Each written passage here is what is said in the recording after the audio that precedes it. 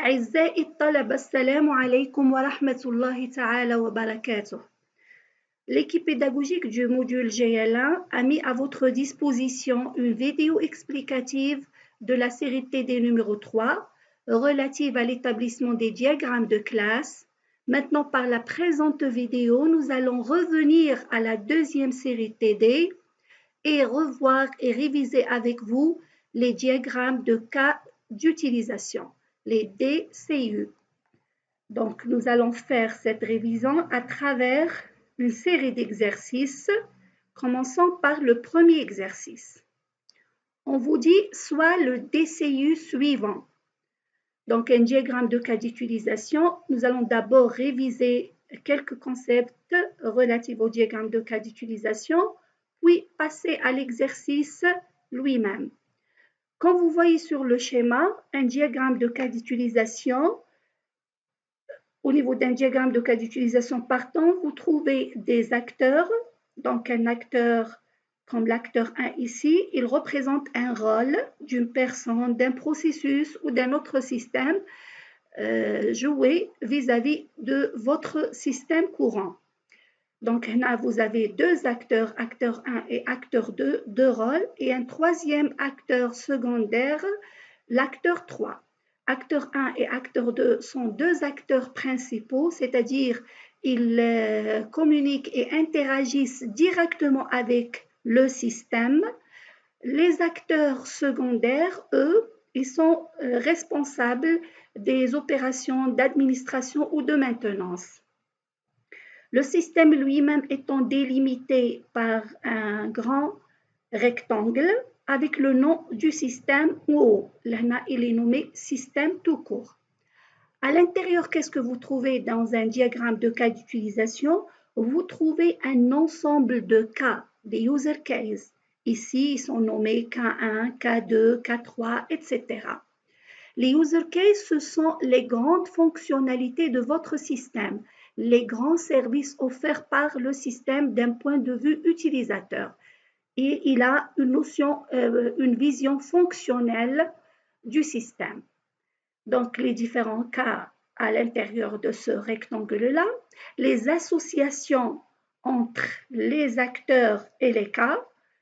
Là, cette association veut dire que l'acteur 1 peut déclencher le K1, l'acteur 2 peut déclencher le K6, l'acteur 3 peut déclencher le K5.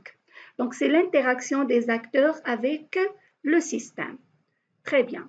À l'intérieur, vous avez donc un ensemble de cas et un ensemble de relations entre les cas. Il y a trois types de relations entre les cas. Vous avez la relation include. Le sens de la relation include est le suivant. Le K1 inclut le K3 veut dire que le comportement du K1 a nécessairement besoin du K3, du comportement de K3. C'est-à-dire, pendant l'exécution du K1, il y aura nécessairement invocation et appel du K3. Ça, c'est le include.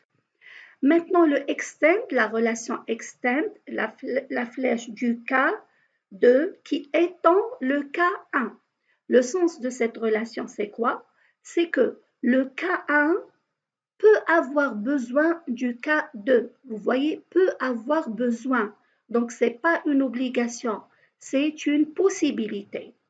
C'est-à-dire que pendant l'exécution du K1, on peut invoquer le K2, selon peut-être si certaines conditions sont vérifiées. Ça, c'est les deux relations, include et extend. Le include, donc, c'est une obligation. Le extend, c'est une possibilité. Maintenant, le troisième type de relation entre cas, c'est la spécialisation. Le K3 peut être spécialisé soit par le K4, soit par le K5.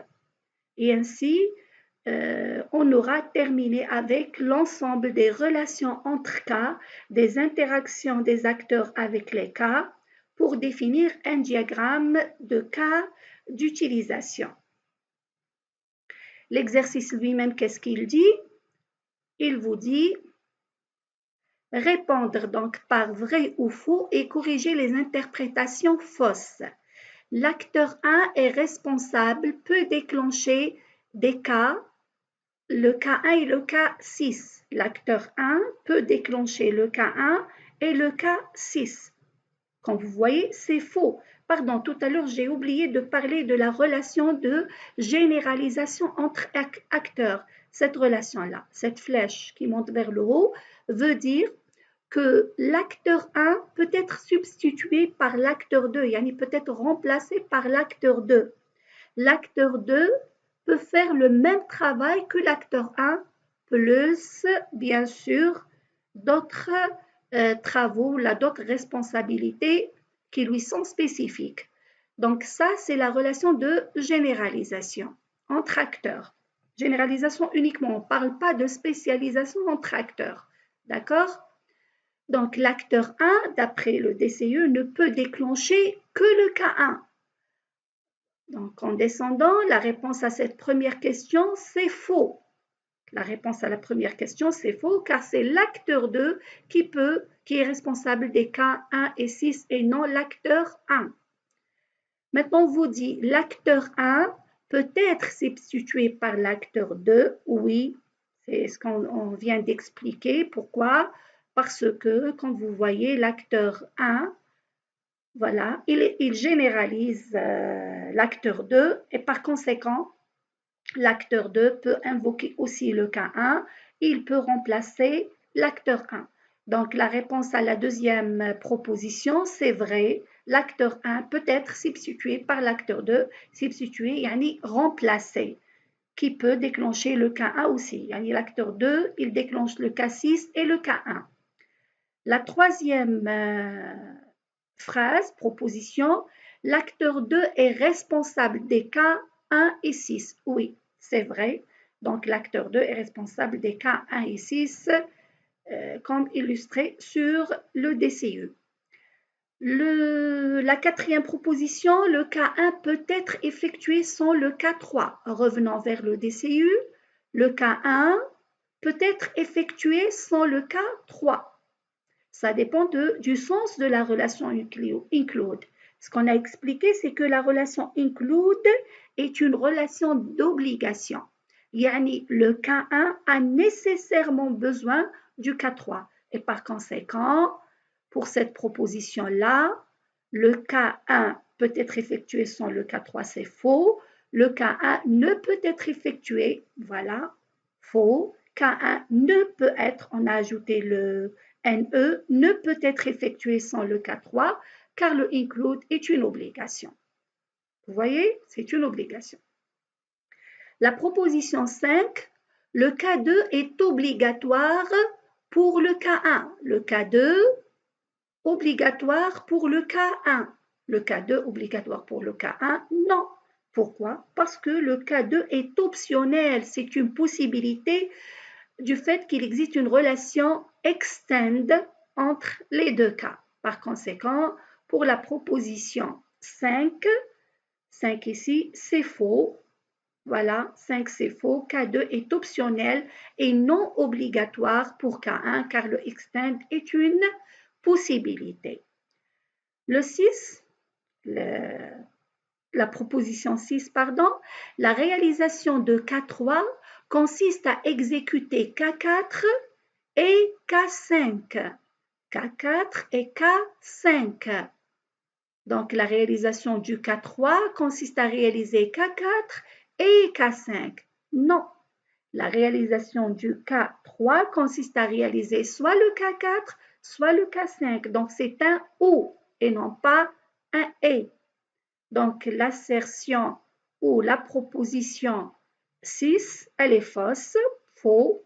La réalisation du K3 consiste à exécuter K4 ou K5, c'est ou et non et. La septième proposition, l'acteur 3 doit intervenir dans la réalisation du K3. L'acteur 3, l'acteur secondaire, doit intervenir dans la réalisation du cas 3. Quand on dit doit intervenir, il intervient toujours, alors qu'on vient de voir que le cas 3 peut correspondre à la réalisation du cas 4 ou bien du cas 5. Dans le cas où le cas 5 n'est pas invoqué, l'acteur 3 n'interviendra pas dans la réalisation du cas 3 et par conséquent, cette proposition, la proposition 7 est fausse et au lieu de dire doit intervenir, on va la remplacer par peut intervenir.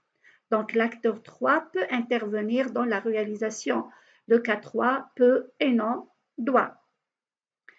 La proposition 8, l'acteur 2 est responsable de tous les cas primaires. Comme vous voyez sur le schéma, sur le DCU, les cas primaires, c'est le cas 1 et le cas 6. Le cas 1 et le cas 6 qui sont invoqués par les acteurs principaux. Et c'est vrai, l'acteur 2, il invoque le cas 6, il déclenche le cas 6, il déclenche aussi le cas 1. Même s'il n'y a pas ce lien-là, il a été remplacé par la relation de généralisation. Ainsi,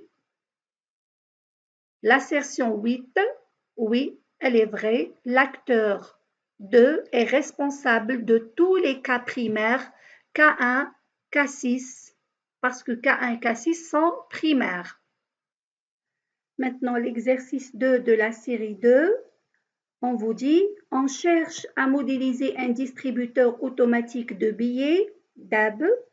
Ce distributeur sera utilisé par des clients qui veulent pouvoir choisir une opération parmi le retrait d'argent et la consultation du solde de leur compte. Pour chaque opération, le client doit tout d'abord s'authentifier. Le distributeur devra permettre d'éditer des tickets pour chaque opération si l'utilisateur le souhaite.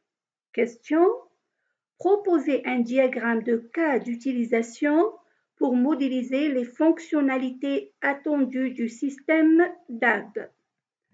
Donc ici, comme vous voyez, vous remarquez que nous avons mis certains termes en gras. En réalité, ce sont tout d'abord le client pour le système de distribution automatique de billets pour le DAB.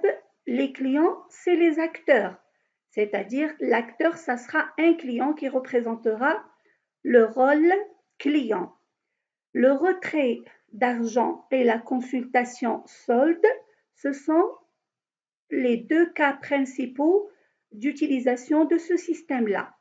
L'authentification, c'est aussi un autre cas et on va voir que c'est un cas interne. Et après aussi l'édition des tickets selon la condition souhait de l'utilisateur. Allons voir le DCU construit. Donc, notre système DAB, c'est une petite erreur ici. BAB, c'est DAB au lieu de B, c'est un D. D'accord? En réalité, nous avons réutilisé directement la solution que nous avons déjà traitée avec vous au niveau des salles de TD. Donc, elle a été prise telle qu'elle est, même avec les petites erreurs de frappe. OK, donc l'acteur, le seul acteur que nous avons ici, c'est le client. Il a été représenté par le petit bonhomme. Les deux cas primaires, retirer ou la retrait d'argent, consulter solde avec les deux associations entre l'acteur client et ces deux acteurs primaires. On vous dit pour faire les deux opérations, retirer argent et consulter solde, les clients doivent d'abord s'authentifier, d'où la relation include, voyez le include, pour les deux cas, le cas 1 et le cas 2 possèdent une relation include vers l'authentification. Donc l'authentification, ici c'est un cas interne et ici c'est des cas primaires. Après, on nous dit si l'utilisateur le souhaite, il peut effectuer, le distributeur lui permet de faire une édition de ticket après chaque opération. Après soit le retrait d'argent, soit la consultation du solde. Donc, ce qu'on a ajouté, on a ajouté le cas édité ticket, toujours un cas interne, et la relation extend, yani la consultation du solde peut être étendue par le cas édité ticket et aussi le retrait d'argent peut être étendu par le cas édité ticket. Et ainsi, vous terminez la solution de l'exercice 2. Allons voir l'exercice 3. Donc, on vous dit une agence de voyage organise des voyages avec au moins une nuit d'hôtel pour lesquels elle gère le transport par train et l'hébergement. L'agence offre la possibilité à ses clients de disposer d'un taxi à l'arrivée du train pour se rendre à l'hôtel. Le système modélisé est celui utilisé par l'agent de voyage. Donc, l'agent de voyage va être l'acteur principal de ce système-là, qui est un système de réservation, d'organisation de voyage. Les questions, quelles seraient les relations à utiliser entre les cas d'utilisation organiser un voyage, réserver une chambre, réserver un billet de train et réserver un taxi? Donc, pour vous faciliter le travail, on vous a donné les cas. Donc, comme le cas organiser un voyage, réserver une chambre, réserver un billet de train et réserver un taxi. À vous de mettre les relations entre ces cas-là. Allons voir la solution. On vous dit, le système modélisé est celui utilisé par l'agent de voyage. Par conséquent, l'acteur de ce système-là, c'est l'agent de voyage. Les cas d'utilisation primaire, le cas primaire, c'est organiser un voyage. Après, on vous dit, l'agence de voyage gère l'hébergement en hôtel, au moins une nuit d'hôtel et les transports par train. Donc, à ce niveau, on a une relation d'inclusion entre le cas organiser un voyage et les deux cas réserver une chambre et réserver un billet de train. C'est logique pour l'agent de voyage qui doit organiser des voyages pour ses clients. Donc, le cas principal ou là, le cas primaire, c'est organiser voyage.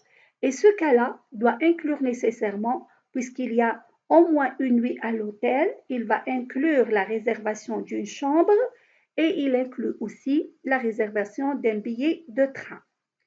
Après, on nous dit l'agence offre la possibilité à ses clients, voyez la possibilité. Donc, la possibilité renvoie vers la relation d'extension. À ses clients de disposer d'un taxi à l'arrivée du train et par conséquent, c'est une relation d'extension entre réserver un taxi et réserver un billet de train. Et voici le DCU complet correspondant à cette première question. Donc, le petit bonhomme agent de voyage, c'est l'acteur principal et l'unique acteur pour ce système-là. Le système s'appelle système agence de voyage. Vous avez le cas primaire organiser un voyage, ici en jaune. Vous avez les deux cas internes, réserver un billet de train et réserver une chambre, qui sont deux cas nécessaires au cas organiser un voyage, d'où la relation include. Vous la voyez, le include de chaque côté, d'accord? Mais vous avez la réservation d'un taxi qui dépend du désir du client. Donc, c'est un extend, c'est une possibilité uniquement. Ainsi, on aura terminé la question 1 de l'exercice 1. Passons maintenant à la question 2 de l'exercice 3. On vous dit certains clients demandent à l'agent d'établir une facture détaillée de la prestation. Par conséquent, il y a un nouveau cas, c'est établir une facture détaillée. Et là, sa relation avec le cas primaire organisé voyage, c'est une relation d'extension puisque c'est uniquement certains clients qui demandent d'établir la facture détaillée. Au niveau du diagramme au niveau du DCU précédent, qu'est-ce qu'on a ajouté? On a ajouté le cas, ici en bleu, établir une facture détaillée qu'on a reliée au cas primaire organiser un voyage par une relation d'extension. Le mot-clé extend, le stéréotype extend. Et voici donc la solution pour la question 2. Pour la question 3, on vous dit les voyages peuvent se faire soit par train, soit par avion. Donc, il y a deux possibilités de transport. Par conséquent, qu'est-ce qu'on a fait? On a séparé, on a la réservation d'un billet d'avion à part et la réservation d'un billet de train à part. Ces deux cas sont deux cas spécifiques du cas général réservé un billet de transport. Donc, auparavant, il y avait réservé un billet de train uniquement. Et maintenant, puisqu'on a ajouté la possibilité de voyager par avion, donc on a modifié le cas initial qui était réservé un billet de train, réservé un billet de transport qui peut donc être spécialisé soit par réserver un billet d'avion, soit par réserver un billet de train. Et toujours, la réservation de billets de train peut être étendue par la réservation d'un taxi. Maintenant, l'exercice 3 est terminé. On passe à l'exo 4. On vous dit, dans un établissement scolaire, on désire gérer la réservation des salles de cours ainsi que du matériel pédagogique. Ce matériel peut être un ordinateur portable ou est un vidéoprojecteur. On vous dit, seuls les enseignants sont habilités à effectuer des réservations sous réserve de la disponibilité de la salle ou du matériel. Donc, ce qu'on va faire ici, on va lire, progresser avec l'identification des acteurs, des cas, des relations entre cas. Et après, on consulte la solution, yani le DCU final. Donc, on vous dit, seuls les enseignants, déjà vous avez les enseignants, un enseignant, c'est un acteur pour ce système pédagogique.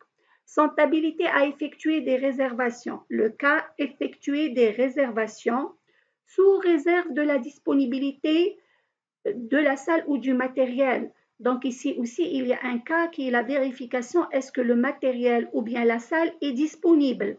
On verra après la relation entre vérification de la disponibilité de la salle et du matériel avec le cas effectuer réservation. Donc, mesdames, c'est sous réserve et il faut toujours vérifier la disponibilité et par conséquent, c'est une relation d'inclusion. Après, on vous dit le planning des salles peut quant à lui être consulté par tout le monde, enseignants et étudiants. Donc, un nouveau acteur, c'est étudiant, et un nouveau cas qui est consulter planning. Donc, l'étudiant, il peut consulter le planning et l'enseignant aussi.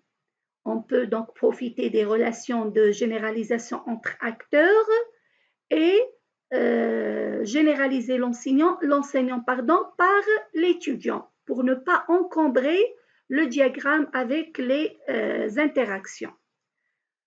On vous dit par contre, le récapitulatif horaire par enseignant, calculé à partir du planning des salles, ne peut être consulté que par les enseignants. Donc, il y a un nouveau cas ici, c'est consulter récap horaire. C'est un cas spécifique aux enseignants. Les étudiants ne peuvent pas le consulter. Enfin, il existe pour chaque formation un enseignant responsable qui seul peut éditer le récapitulatif horaire pour l'ensemble de la formation. Donc, vous voyez, il y a un enseignant responsable, c'est un nouveau acteur qui peut éditer, donc c'est le cas éditer récap horaire. Et c'est uniquement cet enseignant-là qui peut éditer le récap horaire. Mais l'enseignant responsable, c'est toujours un enseignant. Donc, il pourra toujours effectuer tous les cas, il peut invoquer tous les cas qui sont invoqué par un enseignant non responsable.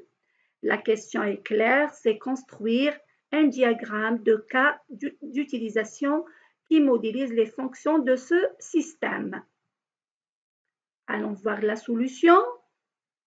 Voyez, pardon. Votre système, c'est système réservation salle et matériel pédagogique. D'accord?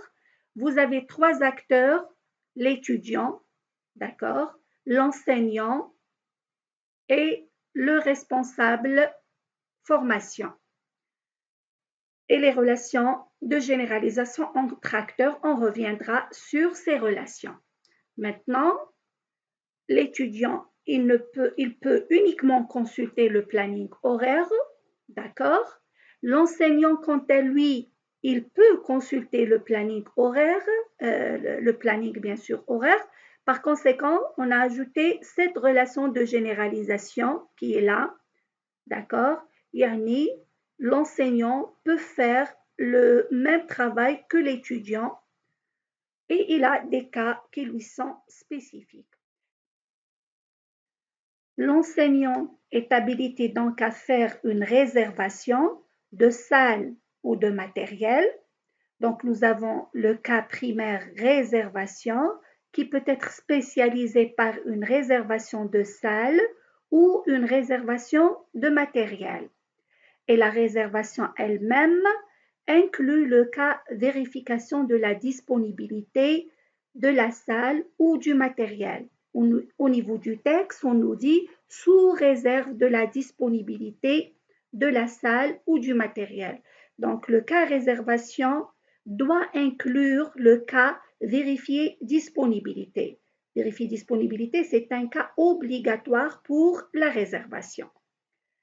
Pardon, une petite remarque, si l'enseignant désire réserver une salle et aussi réserver du matériel, il n'a qu'à refaire l'invocation du cas réservation.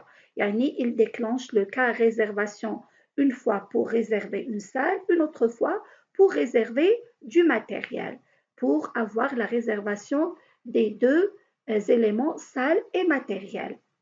Maintenant, s'il désire réserver uniquement une salle, il peut le faire. S'il désire réserver uniquement du matériel, il peut le faire aussi. Pour la réservation du matériel, même chose, on peut avoir une réservation d'ordinateur ou une réservation de vidéoprojecteur. Donc, le cas général, c'est le cas envers réservé matériel et les cas spécifiques, c'est les deux sous-cas réservé ordinateur et réservé vidéoprojecteur avec la relation de généralisation spécialisation qui est ici. Et même chose comme l'explication précédente, s'il désire les réserver tous les deux, il n'a qu'à refaire l'opération, l'invocation du cas réservé matériel, bien sûr, après avoir invoqué le cas primaire qui est réservation. L'enseignant aussi, il peut consulter le récap horaire, d'accord? Et par conséquent, il pourra invoquer les trois cas, consulter planning, réservation et consulter récap horaire.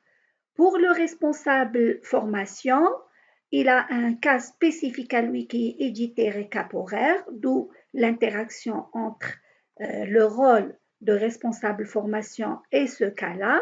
Et comme l'enseignant responsable formation est toujours un enseignant, l'acteur responsable formation peut toujours faire une réservation de salle et de matériel et consulter le récap horaire, d'où la relation de généralisation entre le rôle enseignant et le rôle responsable formation.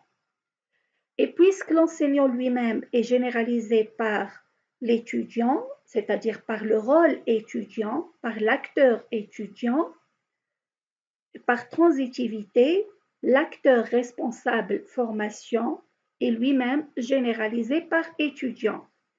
Finalement, l'acteur responsable formation peut invoquer tous les cas primaires, consulter planning, réservation, consulter récap et éditer récap horaire de ce système. Ainsi, on termine l'explication de la série 2. C'est une révision puisqu'elle a été déjà traitée avec les étudiants en présentiel. Nous espérons maintenant que ces 2 vidéos explicatives puissent vous aider à bien préparer vos contrôles. On vous souhaite bon courage et bon travail. Wassalamu alaikum wa rahmatullahi ta'ala wa barakatuh.